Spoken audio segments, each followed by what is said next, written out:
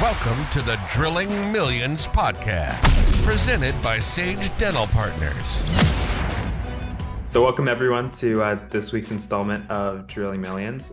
This week we have an incredible guest on, Dr. Wardah Inam on the podcast, CEO of Overjet. Welcome to the show. Thank you, Akil. Thank you for having me. Of course. So, in startup land, there's a million different paths we can go down. Overjet has been recognized by Forbes as one of the top 50 AI companies shaping the future, not just dental companies, but AI companies. And I find some of the most fruitful discussion comes from just asking startup CEOs how it's going. So how's it going with you and Overjet? So it's going well. It's been a very exciting year for us. We are growing and serving more and more customers. So it's going pretty well for us. Wonderful. So, just taking a quick browse through your website, Overjet is FDA cleared, which I think the three letters FDA already scared the bejeebers out of a lot of people. So what did that process look like in order to get it cleared through the FDA to be an actual registered platform that people can use to make clinical decisions? Yeah, so Overjet software is a software as a medical device because we analyze dental radiographs or just radiographs, if you're analyzing radiographs in general, and provide annotations, etc. on those x-rays. So that means we have to go through a regulatory clearance process. And for that, it is pretty straightforward. It's not a very complicated. It's not a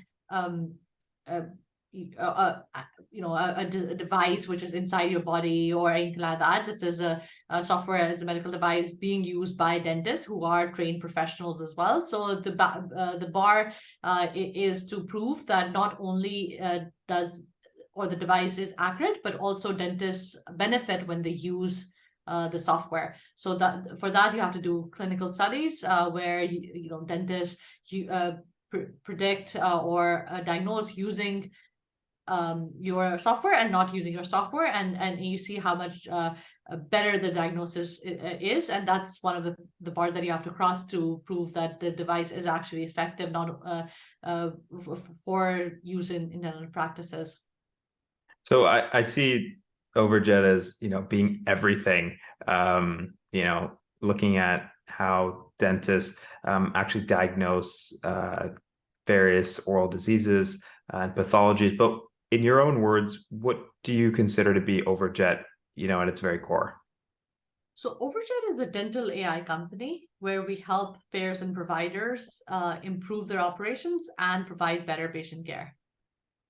Okay. So what does that actually translate to? Because I know you do, most of what you do is in the radiograph X-ray space. So what does that translate to for the dentist?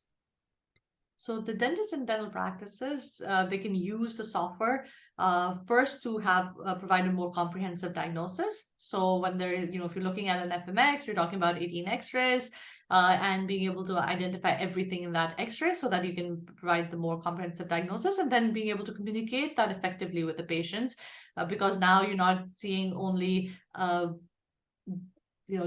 dark, black, white, gray kind of image. You're actually seeing markups on that image with colors and numbers that you can communicate more effectively with. Just to give you an example, the dentist can point to a radiograph and say, hey patient, you have bone loss that's emerging, or they can show that there's a measurement which is now 4 millimeters, previously used to be 3 millimeters, and the bone level is increasing, and there should be some treatment done about it because there is, for example, subgingival calculus. So that kind of communication is more effective using a tool, and Overjet helps in that communication as well.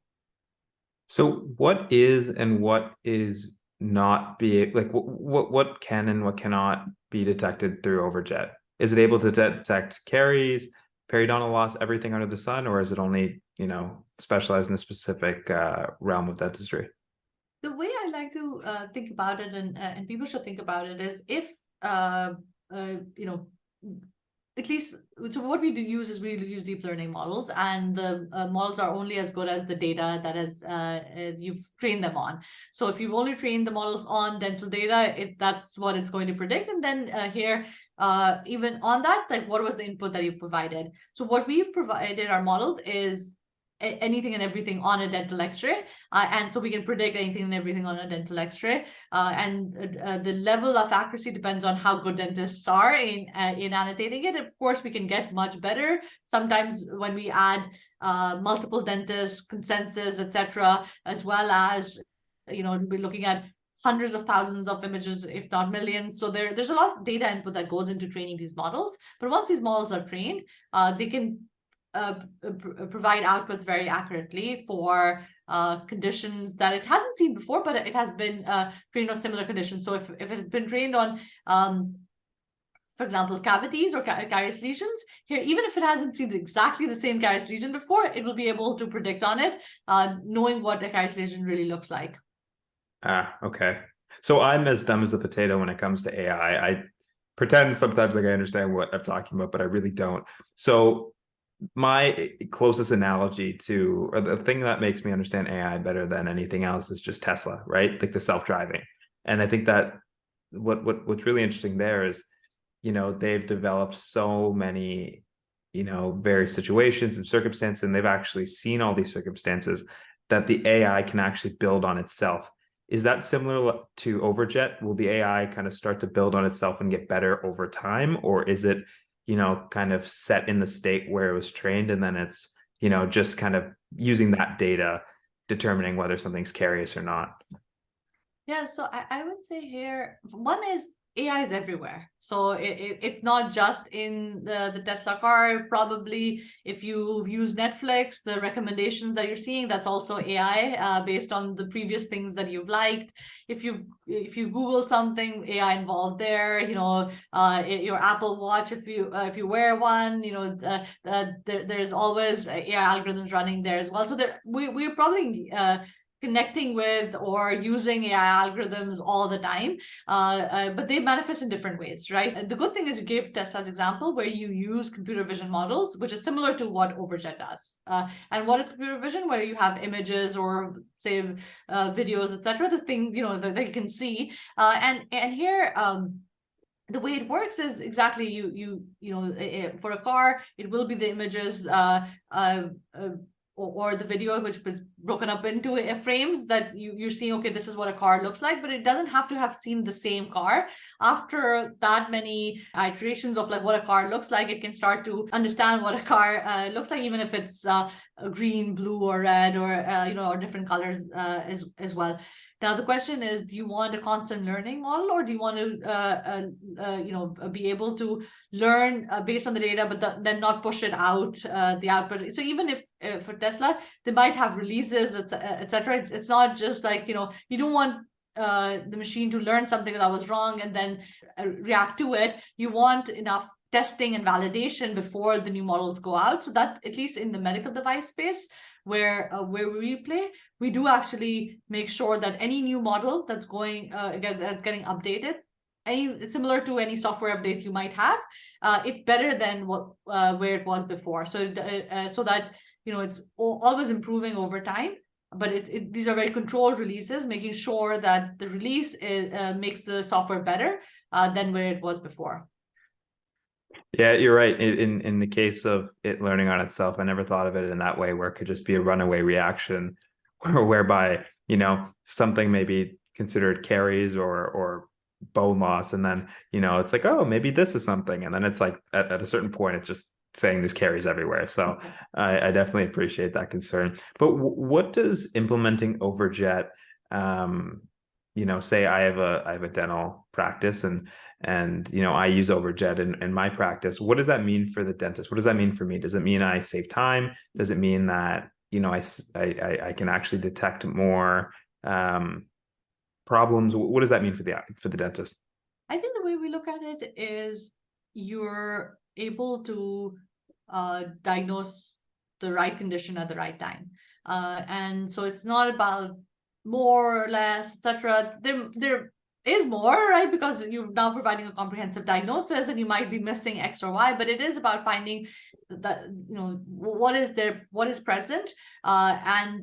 You don't want to be doing it later, right? So if you miss it, dental disease doesn't go away. So you want to do it at the right time as well. So that's what Overjet, the value of Overjet, and why that's important is if you look at the dental practice, a dentist is so busy and the amount of time they have to look at dental x-rays is so little. When you're talking about, again, like multiple x-rays, with even like if you're doing a full mouth x-ray with perio charts, you're talking about hundreds of data points that a dentist needs to analyze. And it's not just one condition as well. They're not just looking for one condition, they're looking at multiple conditions in the mouth at one time. So, being able to diagnose that very effectively across all these images, across all the data points, thinking of, even if you want to consider past history, etc., it is a big challenge, especially, if you were doing it in a minute.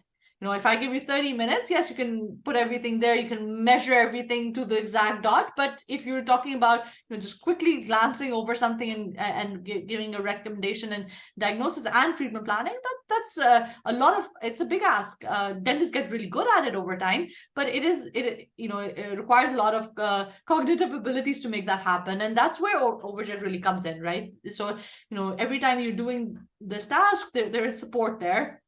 So you're seeing the same way as the hygienist supports the dentist in highlighting to the dentist, hey, Dr. So-and-so, I noticed X on this tooth or something like that, so that their attention can go there, even if, they're looking at something else. So being able to highlight everything such that the dentist can take all that information and make the best decision for the patient and then communicate more effectively. That's that sort of double-edged sword of dentistry, right? Because personally, I loved dentistry going into it because, I could be the diagnostician, I could be the surgeon, I could be the, the therapist, I could be the, X, Y, and Z. But I mean, when you actually look at how many data points you need to simultaneously manage, having a software like this makes a ton of sense. So have you done studies on how it actually compares to a human eye? Yeah, so so that as I was mentioning on the FDA piece, not only do we do it as comparison to, but we also do it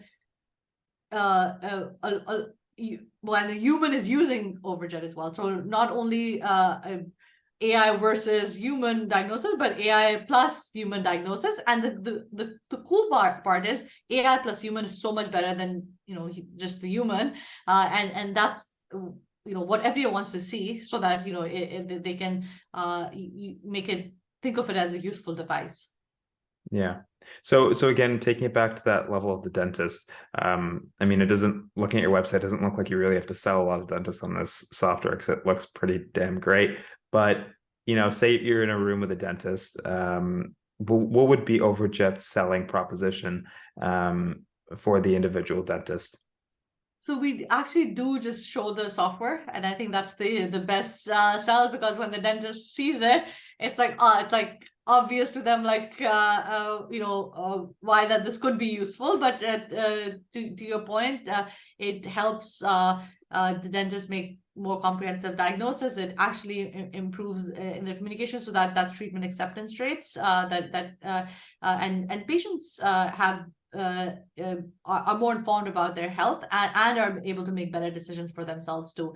So I think that's our selling point. It's similar to how you would use an intraoral camera, where you can see, for example, the occlusal surface, and when patients see the occlusal surface and a fracture on it, they are able to understand that much better. So similarly, X-rays are not meant for patient digestion of like what this actually looks like, and they can better understand once you have the right markups, the right annotations on those X-rays, and that helps the dentist communicate more effectively. Yeah, those are the best products, right? The ones that sell themselves. Yeah. So, I mean, like any other great, again, I'm just recalling myself, initially introducing myself to Overjet, because it's not like this is something we learned in school. This is something I just, happened to come by. It was like one of those things where I could remember thinking to myself, it's so obvious, but it's so good, right? So what's the barrier for other people to do something like this? Is it that they need to spend time training the model? Like, what makes you guys, kind of the first to market to do it at this scale? Yeah, so I think to build something that you can demo or show that you can have a cavity diagnosed, it's pretty easy now, right? You have tools that you can get off the shelf, that you could put some data into it and get an output.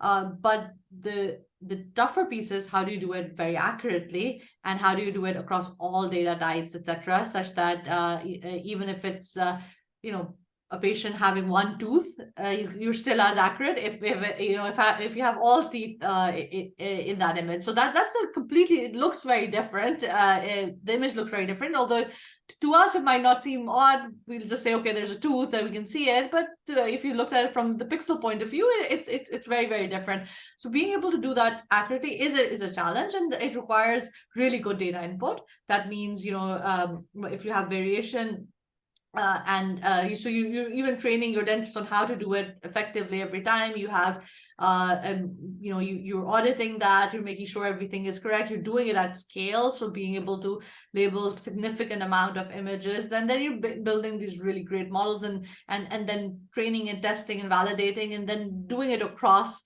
all implant types, all bridges, all the other different types that you will have to see, and making sure that it's not over-diagnosing, it's not under-diagnosing, it's diagnosing right. Like, that's the challenge. And then it's like, how do you actually now, that's the AI piece, but AI itself is not that useful. It's like, what do you do with it? How do you productize it?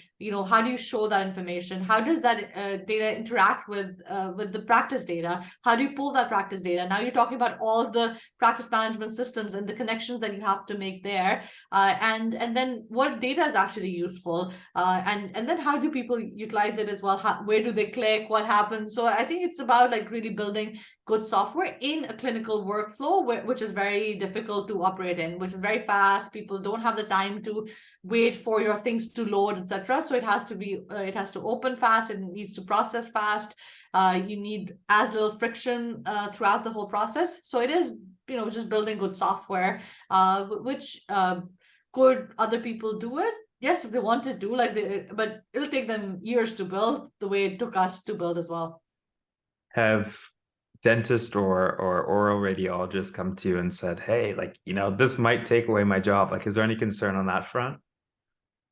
No, so I think from dentists, like you being a dentist or in dental school as well, dentists don't see themselves only as a radiologist. They see themselves, as you mentioned before, as a surgeon, as even like the business owner at times, or at least the person in charge of the practice, and all this stuff. And diagnosis is a small piece of what they do. The amount of time they spend on diagnosis is actually very little, and it is a means to get to the right treatments, to be able to do the treatments to make the patient healthier, is something that I think dentists see their role as. So because of that, we haven't had concern around what will I do if AI comes about. Similar, it was very different in radiology, right? So in medicine, especially in radiology, radiologists are just focused on reading X-rays as well, or reading other radiographs or MRI, etc. data, and then that's a real concern, right? Like, what will happen if this completely takes over? But I would say there's some time to that too, right? Like even right now, when most of the time AI gets it right, but say sometimes when it gets it wrong, it can get it very wrong as well. So like, I don't know if you've seen these images, but there's these funny looking, if you Google cookie and chihuahua AI, you'll see how sometimes, like, as humans, if we see a chihuahua and we see a cookie, we can easily tell which one is which. But sometimes, like, when they look, AI would get it wrong, right? Like, and that's something that you would never expect a human to get wrong. So sometimes, something is very obvious, AI might get it wrong, but like the challenge is challenging cases that you might think it'll get it wrong, it'll ace. So those are some of the things that, yes, more robustness need to be created into these models, that you can, say now, this is going to be a total replacement. But I think for the foreseeable future, there's going to be augmentation is going to be a key part in AI working with and humans utilizing AI to do their jobs better.